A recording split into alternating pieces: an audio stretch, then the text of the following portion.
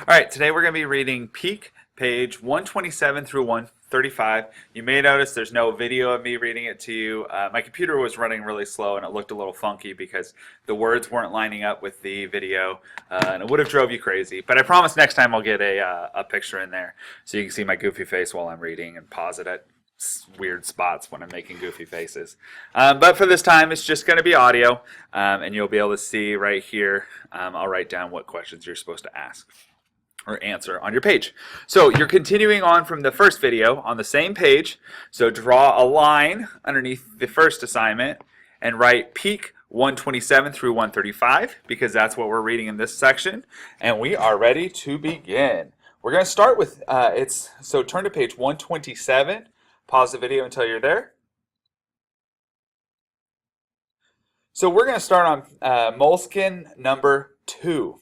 Okay, remember, these Moleskines, they're assignments for a language arts class in order for him to graduate from GSS.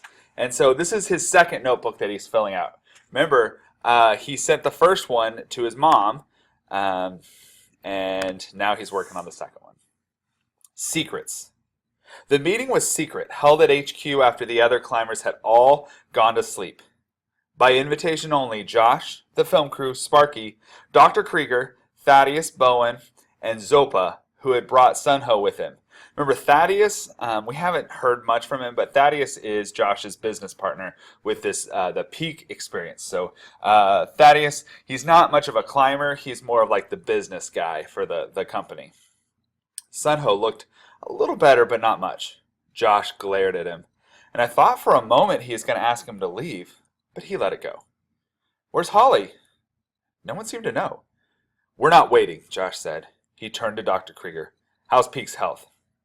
I think we might have gotten the infection with the antibiotics, and as long as it doesn't migrate to his lungs, he should be fine. There were 3 new cases of pneumonia reported in camp today.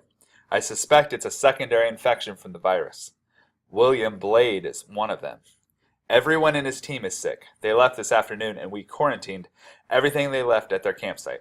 Remember, William Blade is that actor who stole Holly's masseuse and her chef. The news about William Blade and her former entourage was going to please Holly to no end. Josh turned to Zopa. Can Peak make it to the top? I was still seriously annoyed with Josh over the letters. This was not helping. I hate it when people talk about me as if I'm not there. Zopa shrugged. We will have to see how he does at Camp 4. He was fine at ABC. I wasn't fine at ABC, but I appreciated him saying so. Thanks for getting him up to ABC, Josh said. I suppose you'll be heading back to Kathmandu? Zopa gave him another shrug. What about Holly? Josh asked. She's strong, Zopa said. Josh looked a little surprised. I was too. She was fine when she finally got to ABC and on the way down, but I wouldn't have characterized her climb as strong. What was Zopa up to? It won't hurt us to get Holly to the summit, Thaddeus said. She'll talk and write about it for the rest of her life. Good PR for Peak experience. I suppose you're right, Josh reluctantly agreed. He pulled a notebook out of his pocket and flipped through the pages. Okay, we have 10 people to get to the top, counting Peak and Holly. Out of those, 6 or 7 have a decent chance if they hit the weather window right. He looked at Sparky. Do you have some dates for me yet? I'm looking at the week of May 25th through June 4th. Sparky looked over at Zopa. But astrology might give us a better idea than meteorology. Any ideas, Zopa? Josh asked. Zopa shook his head. I just look up at the sky. This got a laugh from everyone, but I don't think Zopa meant it to be funny.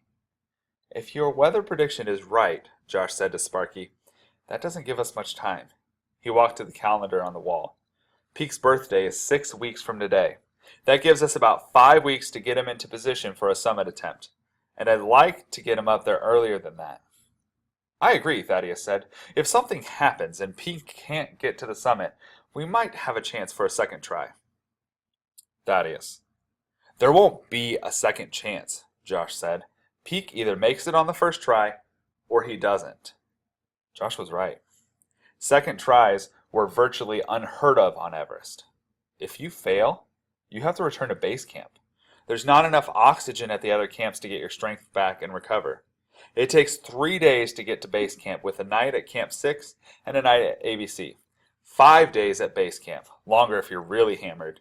Then back up, which can take 8 or 9 days. Altogether, that's nearly 3 weeks. It'd be mid-June before I can make another attempt, long after my 15th birthday. Climbers have been stopped 100 yards from the summit by weather, exhaustion, or time, and have never made another attempt as long as they lived. Okay, we're going to stop there for a second. So my first question I want you to write on your page, this is just a personal question for you. How would you feel if you made it to the top 100 yards short? So if you made it 100 yards short of the summit, but couldn't finish. How would you feel about that? You're 100 yards, you could see the summit, and you can't even climb it because of weather or your health. You just can't make it. How would you feel about that? Okay, pause the video and write your answer to that question. Okay, we're in the middle of page 129. Here's what I'm thinking, Josh continued. There's a couple signed up to go to Camp 4, but they're strong enough to go a lot higher. In fact, they have a better chance of getting to the summit than most of the others on the team. If we put them on the 2 scratched permits, it would increase our summit percentage by at least 20%. Did you talk to them? Thaddeus asked. Yeah, but no promises. I wanted to discuss our options first. So, what he means by that is the more people you get to the summit, the better your business is, the more money you make. So the question is do we pull people from some of our other teams so we have this really good team that's going to go up that we can get more people to the summit? I think you should send Sunho to the summit, Holly said, startling all of us. Uncharacteristically, she had slipped into the tent quietly. Who? Josh asked, annoyed. Zopa's grandson, Holly answered. This sure got everyone's attention. We stared at Sunho and Zopa with their mouths hanging open. I think my mouth was open a little more than the others. Josh looked like he had been slapped in the face. Why hadn't Sunho told me that Zopa was his grandfather? Whoa, big news there. Zopa's his grandfather? Man.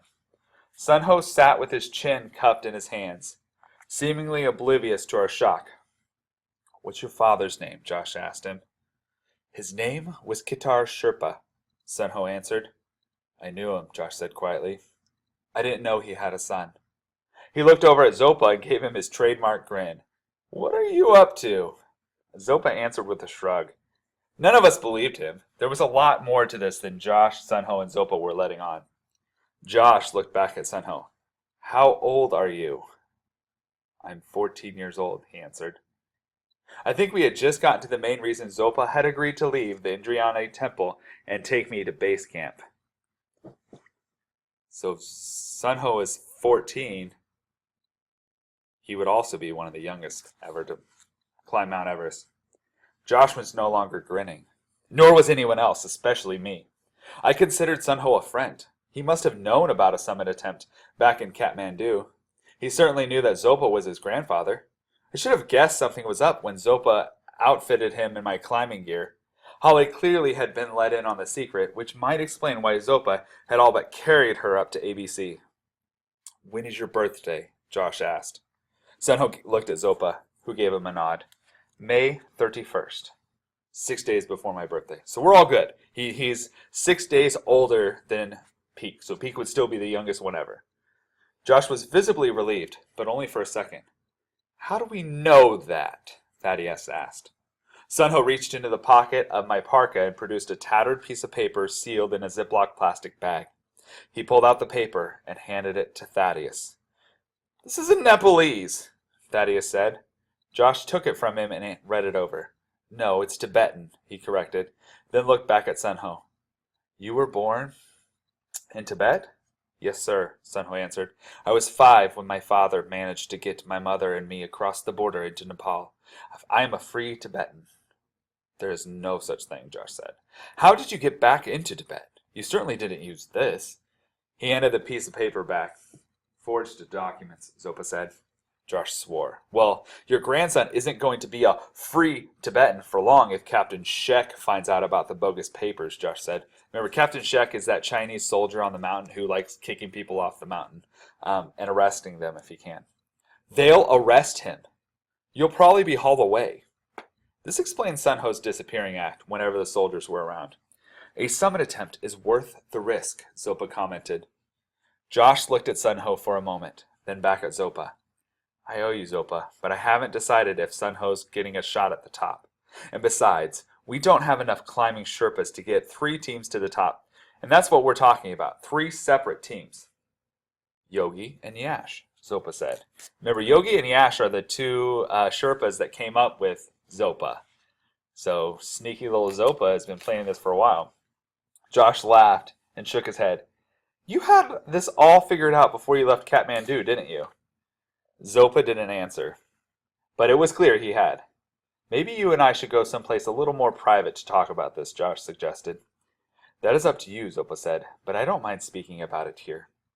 Suit yourself. Josh looked at everyone in turn, but lingered when he got to Holly.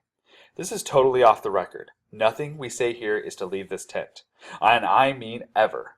If the Chinese get wind of this, they could shut down our expedition, but worse, they might grab Sun Ho and put him in prison. I thought of the shackled road gang we had passed after we crossed the Friendship Bridge, and gave an involuntary shudder. I was mad at Sun Ho, but I didn't wish that on anyone. Being arrested in the U.S. was nothing like being arrested in Tibet. I looked at him. He seemed worried, almost as if it had just dawned on him what would happen if Captain Shek caught him with false papers. Everyone nodded in agreement, although I think the film crew would have loved to have their camera rolling. Not that Josh would let them use any of their footage in the final documentary. Sun Ho's mother was born in a small village on this side of the mountain, Zopa explained. My son met her on an expedition. It took him years to get her and Sun Ho out of Tibet into Nepal. Sun Ho is both Tibetan and Nepalese.